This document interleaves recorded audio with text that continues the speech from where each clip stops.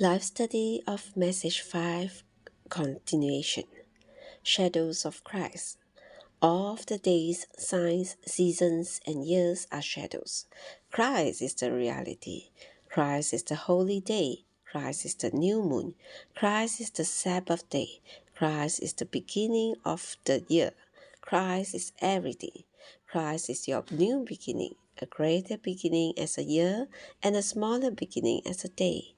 Christ is the new moon, lights strengthen. During the time of the millennium, the age of the kingdom, the light of the moon will equal the light of the sun, and the light of the sun will be sevenfold, like 7 days.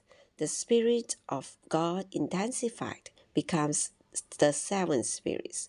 The sun intensified becomes the sevenfold sunlight. This will happen during the age of the kingdom, the time of restoration, when God will heal his people. However, we can have a foretaste today.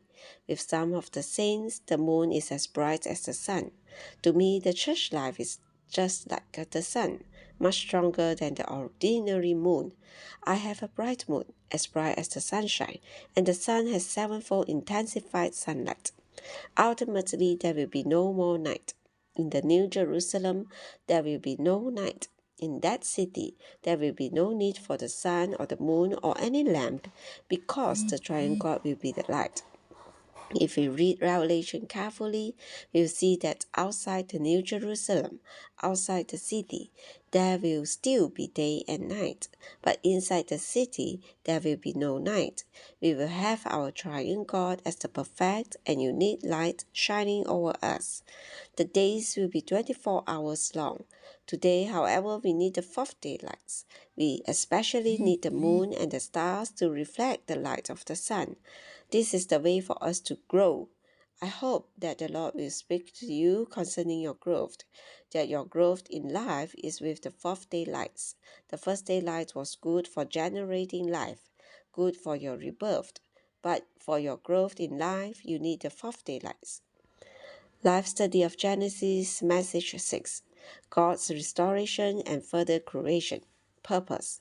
In this message, we will consider the creation of the human life, the higher life with the highest consciousness.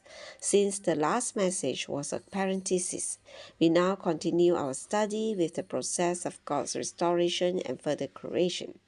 The conference of the Godhead. Genesis chapter 1 verse 26 reveals that there was a conference held by the Godhead and among the Godhead. We say among because God is triune. Using human terms, we may say that there are three persons in the Godhead, one God and three persons.